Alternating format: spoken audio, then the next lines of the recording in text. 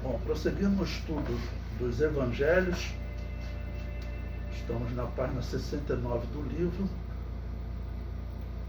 Vamos ao item 39, a pecadora que ungiu os pés de Jesus. Bom, o texto da nossa leitura no estudo dos Evangelhos, estou fazendo questão de ler todos os textos que nós estudamos, né? Isso é muito importante. E vamos então ao Evangelho de Lucas, capítulo 7, versículos 36 até o versículo 50. Abra a sua Bíblia, Lucas capítulo 7, versículo 36. Que diz: E rogou-lhe um dos fariseus que comesse com ele. E entrando em casa do fariseu, assentou-se à mesa. Bom, esse primeiro texto, nós não sabemos quem é esse fariseu. Nós sabemos na Bíblia que nem todos os fariseus se opunham a Jesus. Nós temos aí, Jesus já teve um encontro com um chamado Nicodemos, que era um fariseu de destaque, e que ele creu em Jesus, não manifestou a sua fé, não declarou a sua fé, porque se ele o fizesse, certamente perderia talvez até o seu cargo, porque Herodes não aprovava nem João Batista, nem Jesus, tá bom? E depois também nós teremos José de Arimateia, que foi outro fariseu que acreditou em Jesus. O principal mestre desse período de Israel era um fariseu, um homem chamado Gamaliel, que vai aparecer no livro de Atos. Esse nunca aparece debatendo com Jesus, pelo menos nunca foi citado o nome dele, apesar de muitas vezes ser citado mestres dos fariseus, né? E vamos lembrar também que os fariseus não eram um grupo de todo ruim, não eram um grupo ruim. Infelizmente, nos dias do Novo Testamento, por conta da política, eles haviam se desviado. Então, a maioria dos fariseus, para se manter no poder junto com Herodes, eles tinham se corrompido, o mesmo com os escribas e até com os sacerdotes, porque era Herodes que escolhia quem seria o sumo sacerdote, né? Então tinham alguns que procuravam agradar Herodes para poder ganhar uma posição de destaque junto com eles, tá ok?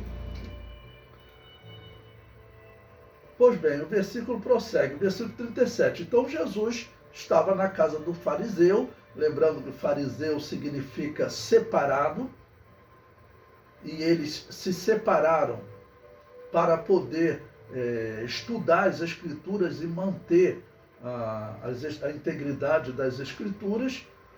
Então, apesar de, por exemplo, o dicionário Aurélio colocar fariseu como símbolo de falsidade, né, na verdade, esse símbolo surgiu por conta da oposição deles a Jesus, mas não eram todos.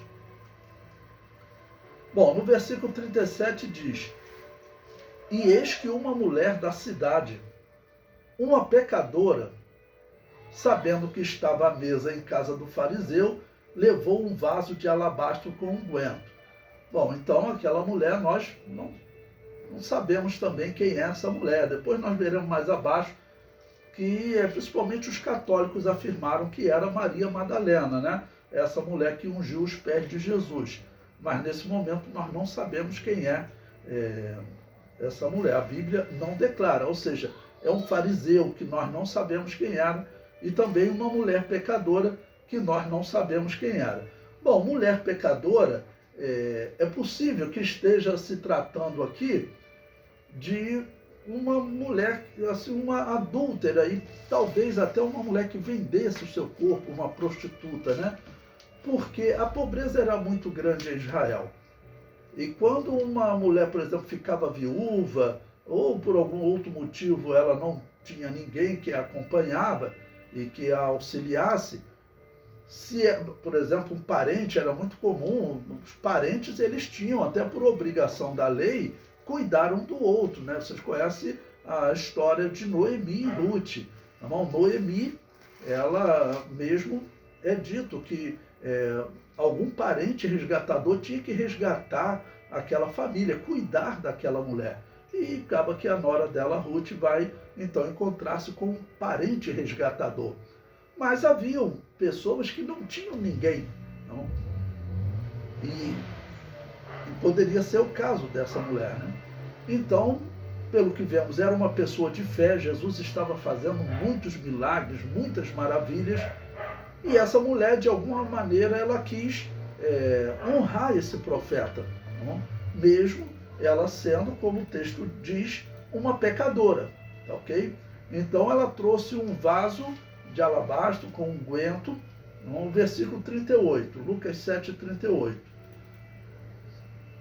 E estando por detrás aos seus pés, chorando, começou a regar-lhe os pés com lágrimas, e enxugava-lhes com os cabelos de sua cabeça, e beijava-lhe os pés, e ungia-los com unguento. Então, até pelo choro dela, vamos considerar, provavelmente era uma israelita, alguém que conhecia a lei, apesar de não estar declarado. E lembrando, Jesus está no norte de Israel, na região da Galileia. Era uma região povoada por muitos outros povos, desde o Antigo Testamento, ali no período do profeta Isaías, nos anos 700, os assírios trouxeram pessoas para habitarem naquela região. Então, poderia ser uma israelita ou não, mas pelo temor que ela demonstra, vamos considerar, tá bom, que era uma israelita. Então ela começou a chorar, então, por se aproximar do Messias ou de um profeta, como eles estão chamando em algum momento, e vai, então,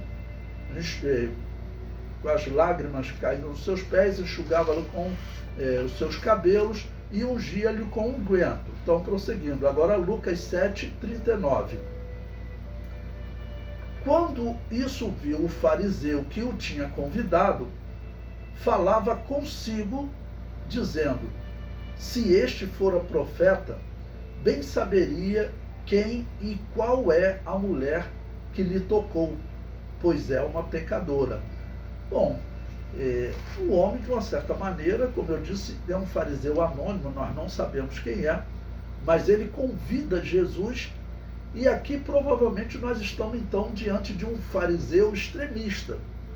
O extremista, o que é? É aquele que começa a defender pontos que não estão nas Escrituras. E que ele normalmente é um radical, tá ok? Bom, então o que ele diz? Que Jesus não deveria receber, vamos dizer, a oferta dessa mulher, vou chamar assim, porque quando ela vem com esse unguento, ela está trazendo como uma oferta a ele. Então, na visão deles, um profeta não deveria deixar que o pecador ou pecadora, né, se aproximasse dele. Isso não é verdade. Jesus vem ensinando isso para os homens, vem ensinando isso para os israelitas, e esse fariseu também vai ter que aprender isso, né? Porque Jesus Cristo veio exatamente para os doentes, aqueles que precisavam do auxílio de Jesus, né? Bom, agora versículo 40, Mateus 7,40.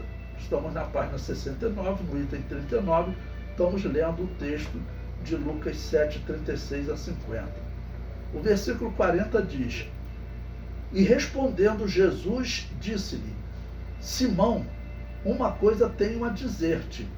E ele disse: dize-a, mestre. Um certo credor tinha 2 devedores. Um devia-lhe 500 dinheiros e outro 50. E não tendo eles com que pagar, perdoou-lhes a ambos. Dize, pois, qual deles o amará mais? Bom, então Jesus está ensinando misericórdia, né, a esse fariseu. Né? Como eu disse para vocês, não eram todos os fariseus que faziam oposição a Jesus. Nós vamos encontrar ainda aí muitos casos de fariseus que fazem oposição, mas também teremos outros que não fazem oposição. Ok? É o caso desse aqui. No versículo 43, bom, então ele perguntou, né, principalmente, qual deles o amará mais? E Simão respondendo disse, tenho para mim que é aquele a quem mais perdoou. E ele lhe disse, julgaste bem. E voltando-se para a mulher, disse a Simão, vês tu esta mulher? Entrei em tua casa e não me deste água para os pés, o que era comum, né? Aquele lava-pé que alguns grupos adotaram como doutrina. O lava-pé era uma prática daquele período, daquela região. As pessoas não tinham sapato fechado, as pessoas andavam de sandálias, né? E essa era muita poeira, então os pés normalmente estavam, né, com rachaduras, muita poeira, tal. E era comum, quando recebia uma visita, trazer uma tigela com água. A pessoa sentava, botava o pé naquela tigela e a pessoa de casa lavava os pés dele, né? Essa era uma maneira cortês de receber a visita. E por isso ele falou, olha, de uma certa forma, esse fariseu honrou Jesus convidando ele para almoçar, mas ele não lavou os pés de Jesus, tá bom? E Jesus compara agora essa atitude dessa mulher com Simão. Ele diz, mas esta regou-me os pés com lágrimas e nos enxugou com os seus cabelos. Não me deste ósculo. Ósculo era uma maneira de saudar nos tempos bíblicos, onde a pessoa se beijava no rosto e até nos lábios. Vão ter alguns países, como a Rússia, por exemplo, até hoje é mantida essa prática. Um homem beijava o outro nos lábios, era uma saudação. Então era muito comum. Ele chegava, então, beijava no rosto, ou mesmo nos lábios, se fossem muito amigos, né? Então, olha, não me deste ósculo, mas esta, desde que entrou, não tem cessado de me beijar os pés. Não me ungiste a cabeça com óleo, mas ela ungiu-me os pés com unguento. Por isso te digo que os seus muitos pecados lhe são perdoados, porque muito amou. Mas aquele a quem pouco é perdoado, pouco ama. E disse a ela, os teus pecados te são perdoados. E os que estavam à mesa começaram a dizer entre si, quem é este que até perdoa pecados? E disse a mulher, a tua fé te salvou, vai-te em paz. Bom, é interessante essa pergunta, né? Em que as pessoas, por mais de uma vez, perguntam, quem é este? Tem momento que os apóstolos perguntam, quem é este que até os ventos e o mar o obedecem? Quem é este? Quem é esse? Então, eles estavam aprendendo a conhecer quem era o Filho de Deus. Então, o exemplo dessa mulher, exatamente, é mais um exemplo de alguém tentando entender. Provavelmente os que estavam à mesa eram também fariseus, porque era comum, né? Os fariseus tinham um trabalho importante de ensino da lei. Hoje, os grupos que nós conhecemos como rabinos, os rabinos, eles são uma continuação dos fariseus, tá bom? Em geral, os fariseus eram pessoas, vamos considerar, exemplares, assim como os sacerdotes também, não? Mas este, ele seria um extremista, não? Dizendo que Jesus, como profeta, não deveria ter deixado aquela mulher se aproximar dele. E é exatamente o contrário.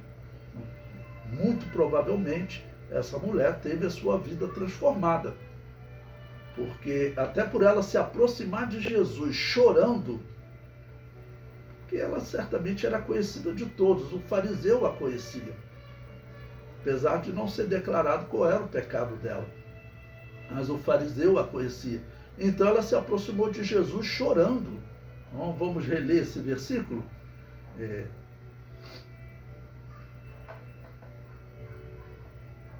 No versículo 38, Lucas 7, 38. E estando por detrás aos seus pés, chorando, Ou seja, até pela atitude da mulher, ela, claro, sabia da situação dela. E não eram só os israelitas que conheciam a lei. Eu estou colocando aqui que ela provavelmente seria israelita, tá bom? Apesar da Galileia ser povoada por muitos outros povos. E no Novo Testamento, até por muitos gregos.